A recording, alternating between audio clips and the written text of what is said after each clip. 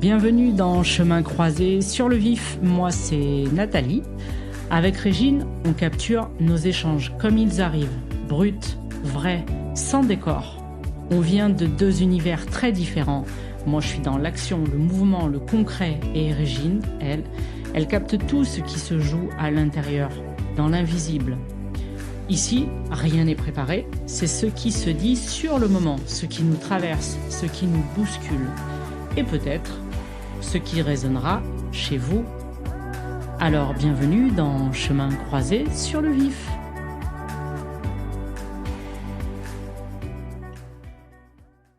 Cet épisode fait partie de la mini-série que nous consacrons à l'amour. Dans le premier épisode, on a parlé du moment où l'amour devient un refuge.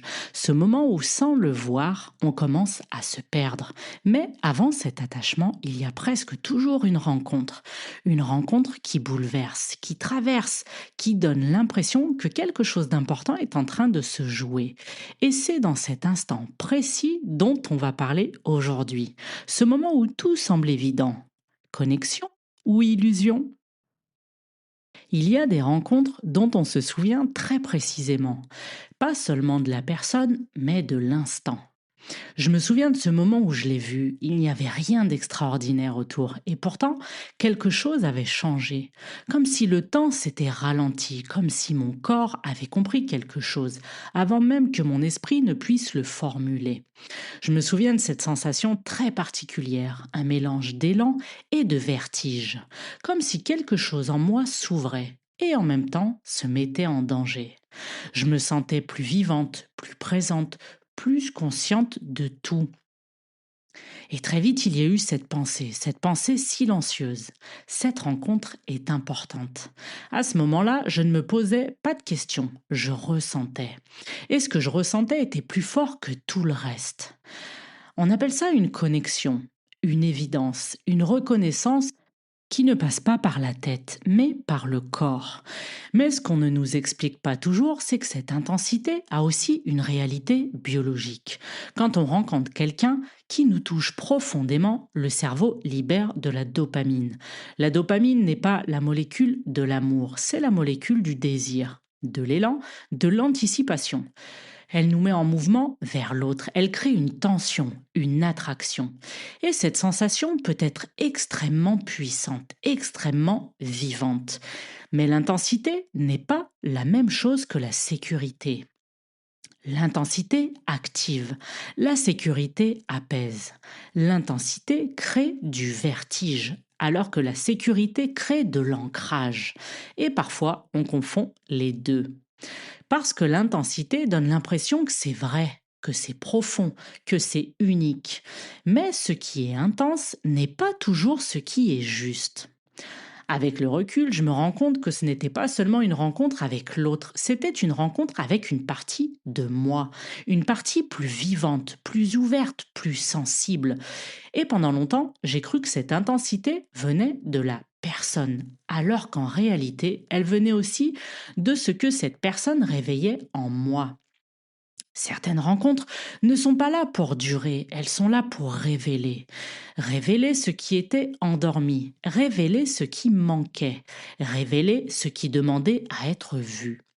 Mais sur le moment, tout semble évident, tout semble juste, et c'est justement ça qui rend ces expériences si troublantes, parce que l'intensité peut donner l'illusion de la vérité, alors qu'elle est parfois simplement le début d'un réveil.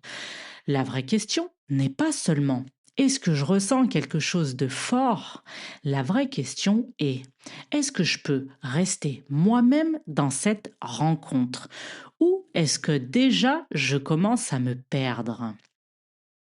Toi aussi, Régine, tu as accompagné beaucoup de personnes à travers ces rencontres qui bouleversent, ces moments où quelque chose s'active très fort, où l'on ressent une connexion presque inexplicable, où l'on a l'impression que cette personne est différente. Qu'est-ce qui se joue réellement selon toi dans ces rencontres? Comment comprendre la différence entre une vraie connexion et une intensité qui vient simplement activer quelque chose en nous?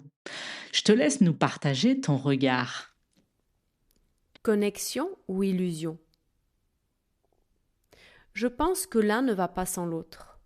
Il y a de réelles connexions d'âme à âme, des rencontres qui sont comme une évidence, mais sur notre regard humain nous amènent vers de l'illusion.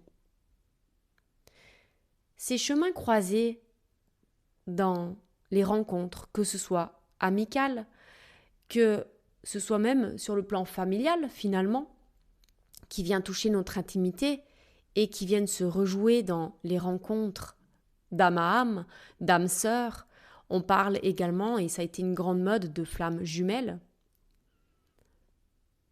Pour ma part, je vois ce fonctionnement comme une simple évolution de là où nous en sommes. C'est que du moment où notre âme est sur un chemin de conscience, d'élévation, eh bien il va forcément se jouer des choses beaucoup plus intenses en face de soi, pour nous réveiller encore plus, pour nous faire toucher du doigt cette blessure ultime dont j'ai parlé la dernière fois. Et ce que je peux observer, c'est que c'est beaucoup plus profond que cela.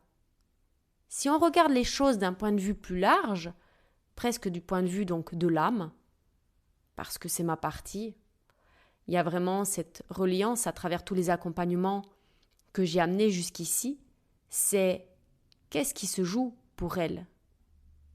Et comment peut-on filtrer finalement ce regard entre la petitesse, notre petit soi, humainement parlant, et l'histoire de notre âme, tout ce qui s'engage derrière.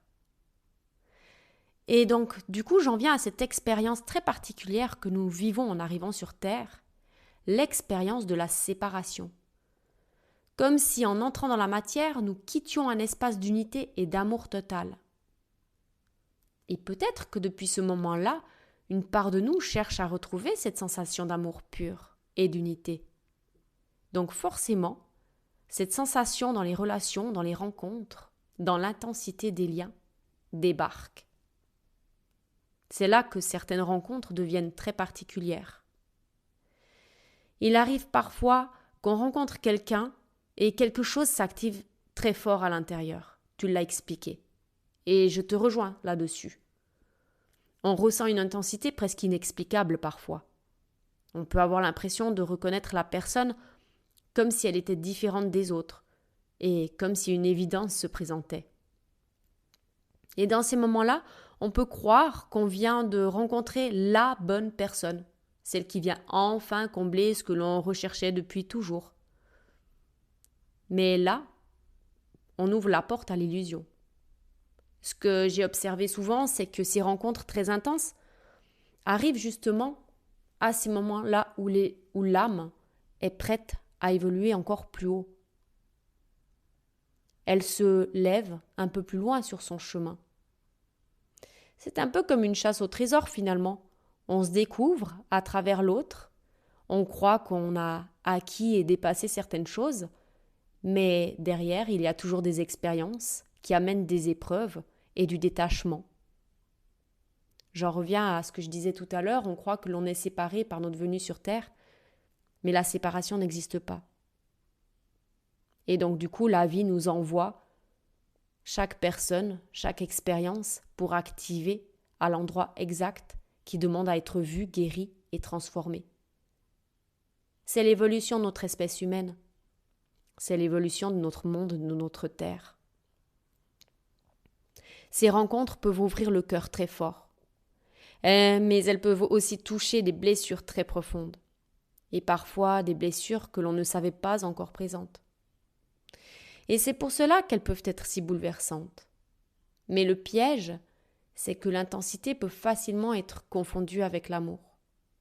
Parce que quand quelque chose s'active très fort en nous, notre système émotionnel et biologique s'emballe. Tu as parlé de la dopamine. Il y a une excitation, il y a une attraction presque magnétique. Donc on essaye de comprendre mentalement. Mais il y a aussi ces sens de ce qui se passe dans chacun des corps, des cellules, de ces mémoires d'âme qui se rencontrent. On pense à l'autre tout le temps, on ressent quelque chose de très vivant. Et cela peut donner l'impression d'une connexion exceptionnelle, alors qu'en réalité, ce qui est parfois activé, c'est surtout notre système d'attachement, nos blessures anciennes, nos besoins d'être choisis ou reconnus. On est dans cette dualité. L'un ne va pas sans l'autre. À nous de composer et de lâcher le contrôle sur ce que l'on croit juste finalement. On sort du limitant. C'est pour cela qu'il est important d'apprendre à faire la différence entre l'intensité et la véritable connexion. L'intensité existe. L'intensité est là dans une vérité. Mais l'intensité qui excite et qui accélère tout vient créer justement cette forme d'obsession et de montagne russe émotionnelle et amène jusqu'à la peur de perdre l'autre. La connexion véritable a une qualité différente et on peut retrouver autant d'intensité. Elle ouvre le cœur, mais elle apporte aussi une forme d'apaisement. Elle laisse de l'espace pour être soi. Elle ne nous demande pas de nous perdre dans l'autre pour exister. Non. On pourrait presque dire que l'intensité nous fait sentir très vivants. Mais la connexion véritable nous permet de rester entiers, entières. Et je crois que c'est là que se joue un grand apprentissage dans le chemin de l'amour. Parce que certaines rencontres ne sont pas forcément là pour durer, mais elles sont souvent là pour nous révéler à nous-mêmes. Elles viennent mettre en lumière ce qui en nous a besoin d'être libéré, transformé ou réintégré. Et à travers ces expériences, l'âme continue son mouvement d'expansion, d'expérience et d'épreuve. Il n'y a pas de fatalité à cela, il y a juste du détachement et des prises de hauteur.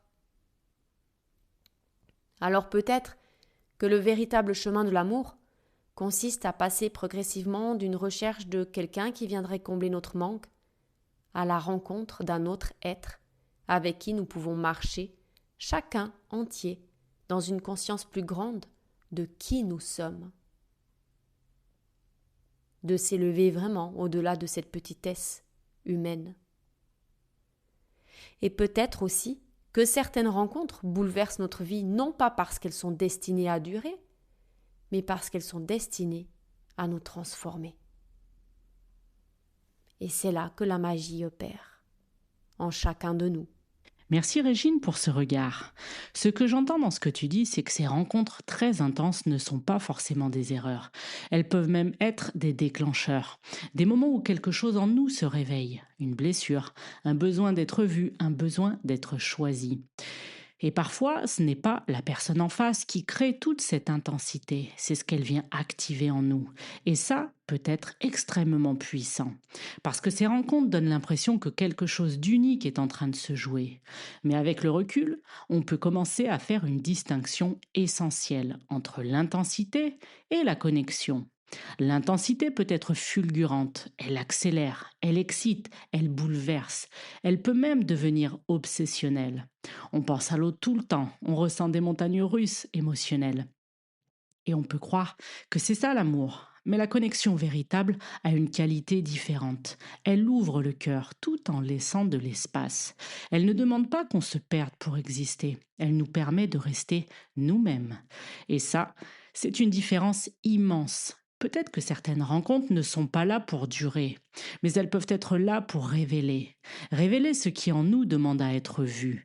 Révéler ce qui demande à guérir. Révéler ce qui demande à grandir. Et parfois, c'est justement parce qu'une rencontre ne dure pas qu'elle transforme toute une vie. Alors la vraie question n'est peut-être pas est-ce que cette personne est la bonne? La vraie question pourrait être qu'est-ce que cette rencontre est venue réveiller en moi? Et qu'est-ce que j'en fais maintenant? Dans le prochain épisode de cette mini-série, on va aller encore un peu plus loin, parce qu'après la rencontre et après l'intensité, il arrive parfois un moment très particulier dans certaines relations. Un moment où, au fond de nous, on sait que quelque chose ne nous fait plus du bien. Et pourtant, on reste. On reste par attachement, on reste par habitude, par peur de perdre, ou simplement parce qu'on ne sait plus comment partir. Alors dans le prochain épisode, on va parler de ça. Pourquoi parfois on reste dans un lien, même quand une partie de nous sait que ça fait mal. Parce que comprendre ce mécanisme peut profondément transformer notre manière d'aimer. Allez, on se retrouve dans la suite de cette mini-série.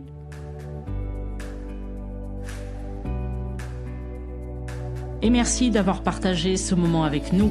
Si ça vous a bousculé, parlé ou donné un élan, dites-le nous.